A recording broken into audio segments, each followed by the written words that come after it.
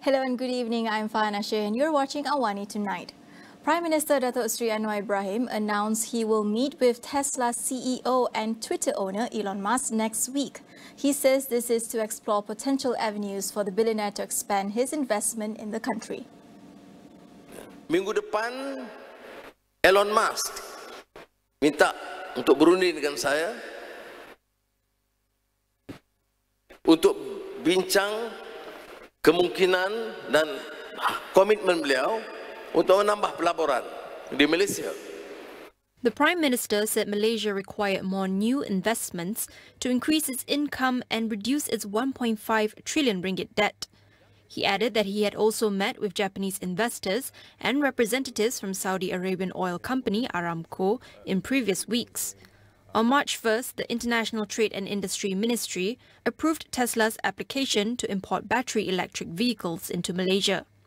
The company is set to establish a head office in the country, along with service centres and its supercharger network. Strict measures will be enforced against anyone who makes statements pertaining to royalty, religion and race, the 3 Rs, during the upcoming state election. Inspector General of Police Tan Sri Razaruddin Hussein says authorities will not hesitate to take action against those who touch on such sensitive issues, including politicians. Bila menyebut 3R ini, kita tak kira. Saya pun akan kalau saya juga menyebut tentang 3R, isu-isu sensitif 3R, saya juga akan disiasat. Kita tidak akan kira siapa pun, orang awam ke, ahli politik ke, ahli perniagaan ke, kalau dia menyebut tentang isu sensitif tentang 3R, kita akan siasat. Kiranya ada keterangan. Razaruddin previously said a special team of police personnel would be mobilized to monitor those raising 3R issues during the state polls. He said several measures could be implemented, including invoking the Sedition Act 1948, Section 506 of the Penal Code, and Section 233 of the Communications and Multimedia Act.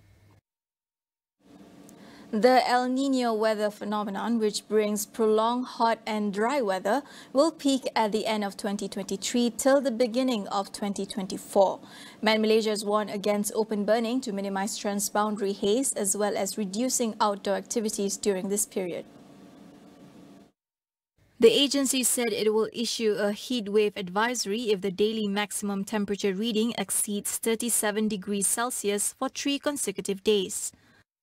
The World Meteorological Organization on Tuesday said temperatures are expected to soar across large parts of the world after the El Niño weather pattern emerged in the tropical Pacific for the first time in 7 years. El Niño is a naturally occurring climate pattern associated with warming of the ocean surface temperatures in the central and eastern tropical Pacific Ocean. It occurs on average every 2 to 7 years and usually lasts between 9 to 12 months. The government will channel nearly 1 billion ringgit each year for the next decade to Felda as part of the agency's debt restructuring efforts. Prime Minister Datuk Seri Anwar Ibrahim says the allocation will be used to resume the repayment of Felda's suku debt, which was previously deferred. Saya dengan dukungan timbalan dan jemaah menteri menyatakan di sini bahawa saya meluluskan dana hampir 1 bilion ringgit tiap tahun untuk tempoh 10 tahun kepada Felda. Ya. Ini untuk menjamin kelangsungan Felda sebagai satu institusi gergasi dalam negara kita. It was recently revealed that more than 80% of EPF's 15.8 million members have no basic savings when they reach retirement age. This would mean that at the age of 55, they would not have at least 1,000 ringgit per month for their 20 years of retirement. While the EPF has vowed to expand its coverage, Chai Santing from UPM's Malaysian Research Institute on Aging stresses the need for a sustainable pension system to address the problem. It is important to note that it's not just a coverage issue. It's not just about how many older persons are on some form of pension, but also in terms of the sustainability of the pension itself, and also the adequacy or the amount of benefits that people might get from these pension systems. But our basic concern and issue now is that we should not look at it on a piecemeal basis, but to look at the social protection as an entire structure, from the social protection floor to the coverage of formal and non-formal sector workers. So it is a very courageous decision by the CEO and also the Prime Minister to actually really try and make those painful decisions, to at least even talk about it, because it is very, very important for us to acknowledge these are the issues that has to be addressed. With a pension crisis looming, Chai suggests some short and long-term measures to restructure Malaysia's retirement scheme, starting with setting up a ceiling to EPF contributions. One of the few short-term measures that can be immediately done, especially in EPF context, is actually the adoption of a ceiling of contributions. Because EPF is really huge. Putting in a ceiling would actually make it fairer for everyone, because the wealthy would not disproportionately benefit from the investment returns of the EPF. That's one. The other immediate thing that we could probably implement is try and figure out a mechanism where we can implement the minimum balance requirements. Now it's just a suggested amount. What we can do is actually we can say that at the withdrawal age of 55, which is fairly young, if your amount does not meet the minimum balance, we should not allow them to withdraw all their money. We should ask them to keep some. At least at the age of 60, you can make a full withdrawal. These are just some very simple suggestions so that we can try to correct the misalignment between withdrawal age and retirement age. Of course, other actions that are not really strictly related to EPF is actually encouraging older persons to continue to play a productive role. And this is where we can introduce labor market interventions such as re-employment age. We can maintain the retirement age at 60. I mean, we just changed the minimum retirement age in 2012. But what we could introduce is a re-employment age, maybe at the age of 65, so that older workers actually get an opportunity to continue remaining in the labor force in a different capacity. Maybe they're not going to get the same pay, they're not going to get the same post, but at least they will be gainfully employed. So these are some immediate things that could be done in a very short-term basis without a lot of cost to all parties involved. But in the longer run, government, the Ministry of Finance, they all need to sit down and they actually need to have a frank discussion on addressing what I call the longevity shortfall. Because even if you convert it like what Singapore did to CPF Life, there's really no security for people who live a longer lifespan, and their annuity plan might also run out, We'll go for a quick break. Stay tuned for more.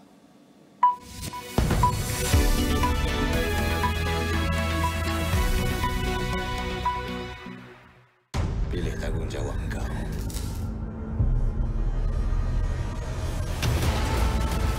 22 orang terkorban. Dan semuanya itu berlaku kerana Mamat ni. Dia zalimkan dulu.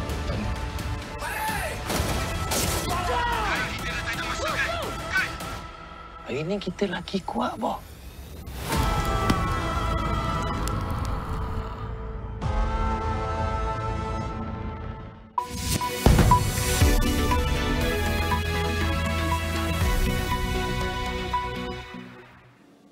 Welcome back. Twitter is considering legal action against Meta over its new application Threads. The company claims Meta hired former Twitter employees to work on what it terms as a copycat app, an allegation that Meta denies.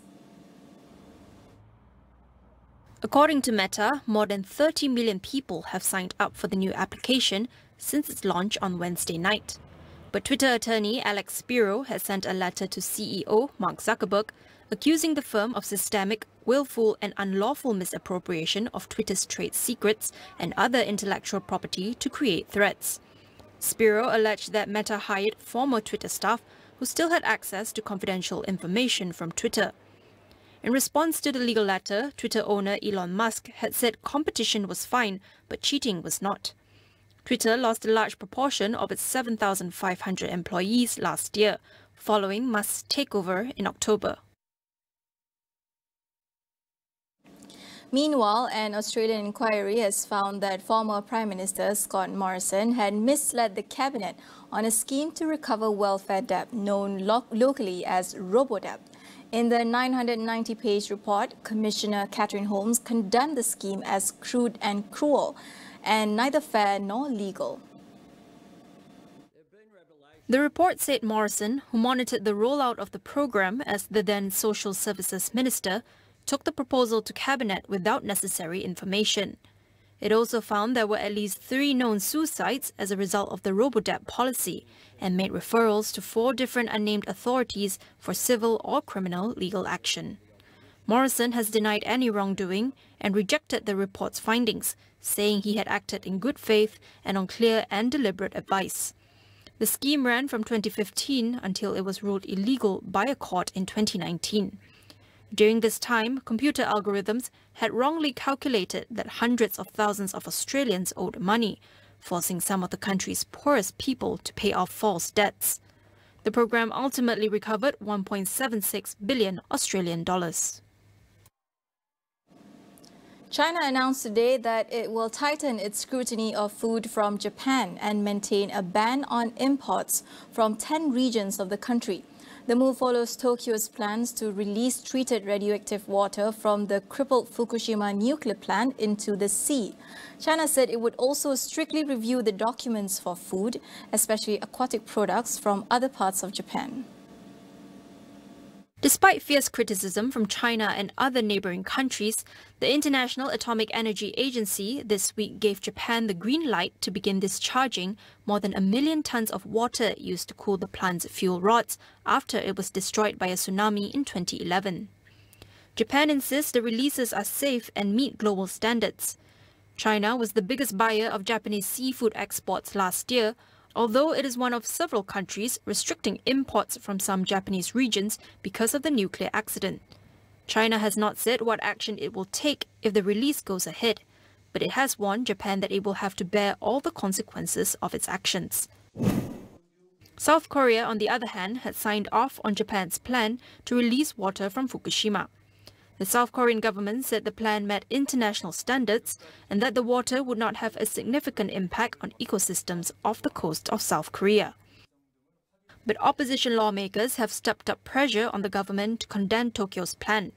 Japan will begin releasing the treated water in the coming weeks, and the process is expected to take 30 to 40 years. In other news, 6 people have died after a fire broke out at a retirement home in south of Milan in the early hours of Friday. Authorities said the fire injured some 80 people, including 3 in critical condition. Firefighters evacuated about 80 people, including many in wheelchairs. The fire started in a first-floor room of the facility that houses about 200 people. Mayor Giuseppe Sala said the fire was quickly extinguished, but fumes intoxicated several residents. 2 residents burned to death in their room, while 4 others died from intoxication. The cause of the blaze was not yet known, but according to firefighters, it was likely accidental.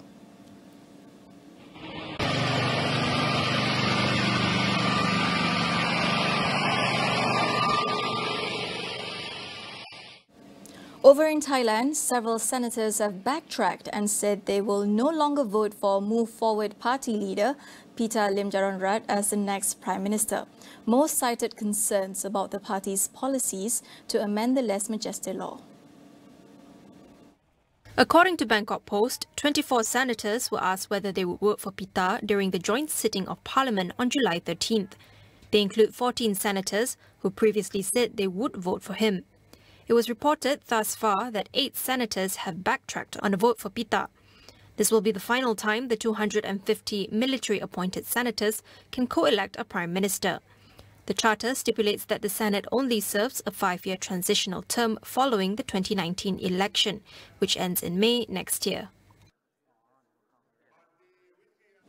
That wraps up AWANI tonight. I'm Fahana Sheikh. Have a good weekend. Thank you for watching.